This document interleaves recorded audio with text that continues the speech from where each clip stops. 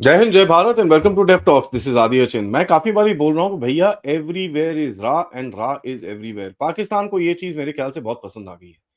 पाकिस्तान फिर से रोना शुरू हो गया भैया, रा की साजिश चल रही है। पाकिस्तान के जितने भी चीजें खराब हो रही है उसके पीछे सिर्फ एक ही है, रा। पाकिस्तान में तो सब कुछ एकदम बढ़िया चलता है, लेकिन पाकिस्तान में जिस तरह से साजिश भारत करता रहता है, आपने ये चीज बड़ा क्लियरली देखनी है कि यहाँ पर रा की साजिश बड़ी जोर से चल रही है।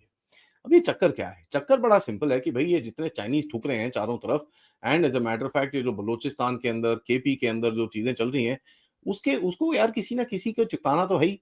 तो रा की साजिश पाकिस्तान को सिर्फ दिखती है, बाकी तो और कुछ दिखना उसको बंद हो रखा है। वो बोलते हैं ना, घोड़े के जैसे ब्लाइंडर लगे होते हैं ना आँखों के सामने, पाकिस्तान की आँखों के सामने ब्लाइंडर तो लगे हैं, लेकिन उसके आगे सिर्फ ऐसे 3 लेटर्स लगे हुए हैं, RAA, रा करके उसके आगे लिखा होता है। तो भैया बाकी सब कुछ छोड़ दो, सिर्फ उनको रा, रा, रा, रा चीज़ें वहाँ पर दिखती हैं। अब देखिए चक्कर क्या है कि भई चाइना की तरफ से काफ़ी हद तक प्रेशर आ रहा है पाकिस्तान में कि भैया हमारे सिक्योरिटी स्टाफ को आप जाने दो, क्योंकि इतने सारे चाइनीज़ सिटीज़न जो काम कर रहे हैं वहाँ पर, अब कभी कोई ना कोई ठोक देता है यार, 6 महीने में आके कभी कोई ठोक देता है, कभी कोई ठोक देता है, कभी कोई ठोक देता है। करीब 11-12 चाइनीज़ तो इसी इसी साल में ठुक चुके हैं। As a matter of fact एक वो कराची के पास या सिंध में कहीं पे एक एक एक एक गाड़ी के ऊपर भी अटैक हुआ था जिसमें बेचारे जापानीज़ आ रहे थे। अब वो ये गधों को पता नहीं है ना कि यार जापानीज़-वापानीज़ क्या है, क्या नहीं है। वो उन्होंने जाके अटैक कर दिया यार जाके, किसी टेररिस्ट-वुरिस्ट ने। अब वो टेररिस्ट है, फ्रीडम फाइटर है, वो तो भैया देख ही लीजिए, पाकिस्तान के लिए टेररिस्ट है, हम लोग तो बोलेंगे साहब फ्रीडम फाइटर है। अब किसी एक फ्रीडम फाइटर ने जाके वहाँ पर अटैक कर दिया, उसने देखा नहीं यार ये तो चाइनीज़ नहीं है, ये जापानीज़ लोग थे। तो एक तो उसमें तो बच ही गए, लेकिन रिसेंटली जो 2-3 चाइनीज़ मरे हैं, as a matter of fact ये जो एयरपोर्ट के बाहर में भी एक इतना ज़बरदस्त अटैक हुआ, उसके बाद अभी देखेंगे 2 चाइनीज़ के ऊपर एक सिक्योरिटी गार्ड ने अटैक कर दिया। तो ये चीज़ें तो काफ़ी हद तक चल रही हैं। तो चाइना की बड़ा दिमाग खराब हो रखा है, और यहाँ पर उसके जो फॉरेन मिनिस्टर आए थे थोड़े टाइम पहले, उन्होंने तो पब्लिक में पाकिस्तान को डाँट मारी कि यार ये बेवकूफ़ी क्या कर रहे हो? तुम हमारे बंदों को ना प्रोटेक्ट कर सकते हो ना कुछ। अब हम आपको बोलेंगे बड़े क्लियरली, यार हमारे बंदों को आने दो यहाँ पर, हम अपने आप अपने लोगों को प्रोटेक्ट कर देंगे। आप आउटर रिंग्स सिक्योरिटी देख लो, हम इनर रिंग सिक्योरिटी हम अपने आप देखेंगे। ये बड़ा फनी सा सिस्टम है कि भैया ये इसके बारे में डॉन में आर्टिकल्स आए, इसके बारे में रॉयटर्स में आर्टिकल्स आए, इसके बारे में हर जगह आर्टिकल्स आने शुरू हो गए, लेकिन पाकिस्तान का फॉरेन ऑफिस की तरफ से ये पूरी तरह से डिसमिस किया गया कि ऐसा कुछ नहीं है यार, स्पेकुलेशन चल रहा है, ये तो ऐसी बकवास कर रहे हैं। और इसी टाइम पे ये जब फॉरेन ऑफिस की वो जो एक क्या है उसका नाम मुमताज ज़ारा बलोच, उसकी तरफ से भी एक स्टेटमेंट आया कि it is well known that India has been supporting terrorist organisations within Pakistan. We arrested a serving Indian naval officer working for RAW from our territory who confessed to support to these terrorist organizations। यहाँ पर मैं इनको बड़ा clearly चीज बोलूंगा, यार हफीज सईद को मेरे पास दे दो, 15 मिनट में मैं ये बुलवा दूंगा कि साहब जितने भी दुनिया में टेररिस्ट ऑर्गेनाइजेशंस और जितनी भी दुनिया में टेररिस्ट एक्टिविटी हुई है, वो हफीज सईद ने करी है, बाकी किसी और ने नहीं करी। या आसिम मुनीर को भी भेज दो, कोई टेंशन नहीं है, हम बुलवा लेंगे उससे जो मर्जी बुलवाना है। ठीक है। तो ये वेल नोन फैक्टर जो है पाकिस्तान की तरफ से, एक टेररिस्ट कंट्री दूसरे दूसरे कंट्री के ऊपर टेररिज्म के जब जब इल्जाम लगाता है तो लोग हंसते हैं इसके ऊपर, उसके आगे कुछ बोलने की जरूरत नहीं है। लेकिन रा की साजिश इसको हर जगह दिखती है, ये इतने बावले हो रखे हैं। यहाँ पर देखिए चाइनीज फॉरेन मिनिस्ट्री की तरफ से ये तो डिनाई कर रहे हैं पाकिस्तानी कि भैया ऐसा कुछ नहीं है, चाइना ने हमको ऐसा कुछ नहीं बोला। चाइनीज फॉरेन मिनिस्ट्री की तरफ से बड़ा क्लियरली बोला गया कि भैया हमारी तरफ से पाकिस्तान की तरफ से बहुत ज्यादा बातें चल रही हैं, किस तरह से ये एक कैपेबिलिटी है और कैपेबिलिटी बढ़ाने की कोशिश की जाएगी, और ये जितने भी ये China Pakistan Chinese citizen Pakistan उनके ऊपर अटैक्स हो रहे हैं, उसको जरा हम किस किस तरह से डील किया जाए और टेररिस्ट को किस तरह से मतलब उनको प्राइस दी जाए। As a matter of fact Pakistani claim करते हैं कि एक मास्टरमाइंड को उठाया है जो जिसने पिछला वाला अटैक किया था, और उसमें 5 लोगों को उठाया है बलूचिस्तान में अंदर, और देखिए उनको जो भी करेंगे और वो पता नहीं क्या-क्या वो उनसे बुलवा लेंगे। तो ये तो इतना कुछ कुछ बड़ी बात नहीं है, पाकिस्तानियों का विश्वास जो करता है तो भैया congratulations to them. Chinese security companies को अभी ऑलरेडी बोलना शुरू हो गया चाइनीज़ ने कि यार हमारी प्राइवेट सिक्योरिटी कंपनीज़ को भेजने दो, और काफ़ी हद तक हमको ये भी रिपोर्ट्स आ रही हैं कि ऑलरेडी डिप्लॉय हो चुकी हैं to provide inner circle security for the Chinese workers.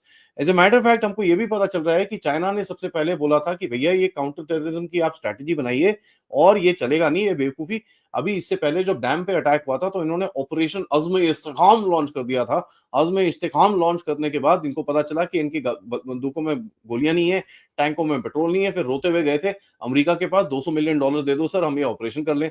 America ने दे दबा के थप्पड़ मारा कि बेवकूफ, हमसे पूछे बिना तू चाइनीज के लिए ऑपरेशन कर रहा है, तो जरा इधर आ, तेरे को $200 मिलियन देता हूँ। तो उसके उस टाइम पे लात मारी थी। लात मारी तो अच्छा जी हम नहीं करेंगे, हम नहीं करेंगे, हम कुछ नहीं करेंगे।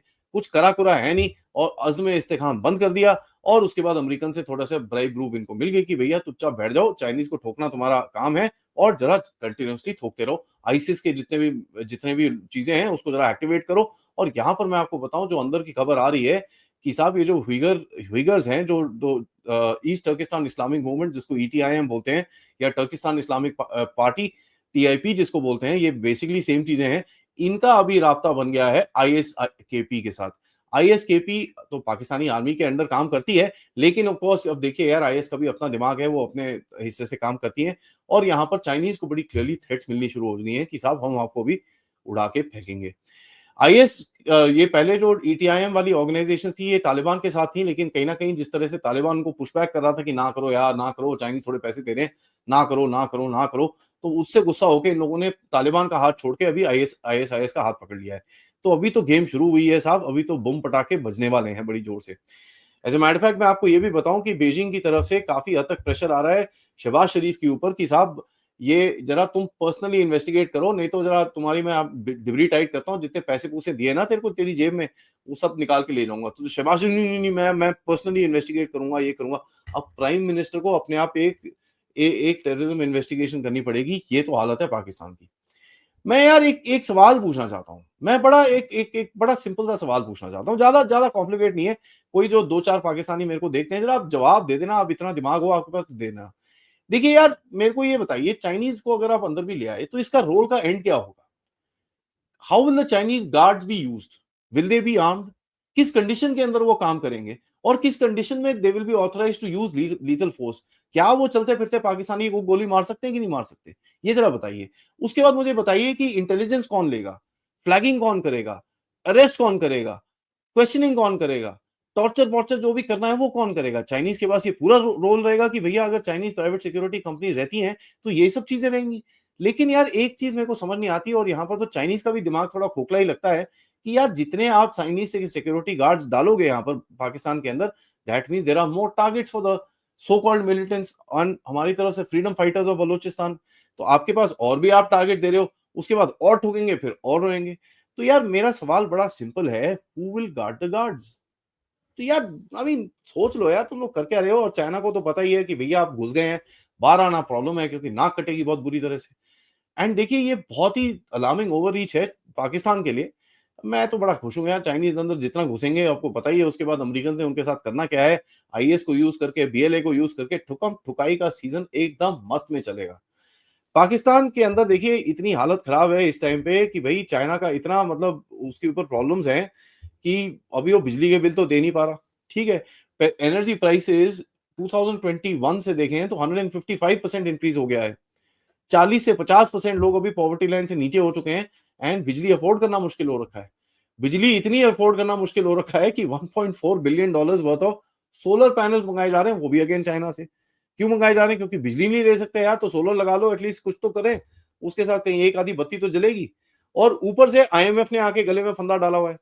आईएमएफ ने आके बोला कि यार ये कुछ गड़बड़ है यार, तुम लोग ने ना जो पेपर-वूपर दिए थे ये ठीक-ठाक नहीं है। ऑब्वियसली पाकिस्तानी ने झूठ-झाट बोला होगा कि यार नहीं-नहीं हम ये कर देंगे, हम वो कर देंगे, ये कर देंगे। अब आपको पता ही है ना yes sir we will do it sir सब कुछ एक्सेंट-उक्सेंट में बोल देते हैं, लेकिन उसके बाद करने की कोई कैपेसिटी नहीं होती इनके पास। कैपेसिटी है नहीं, प्रॉमिस आपने कर रखा है, आईएमएफ वापस आ गया, उसने बोला कि भैया ज़रा किताबें दिखाओ हमको देखने दो तुमने किया क्या है। तो वहाँ पर भी प्रेशर पड़ रखा है और आईएमएफ काफ़ी हद तक झटके मार रहा है।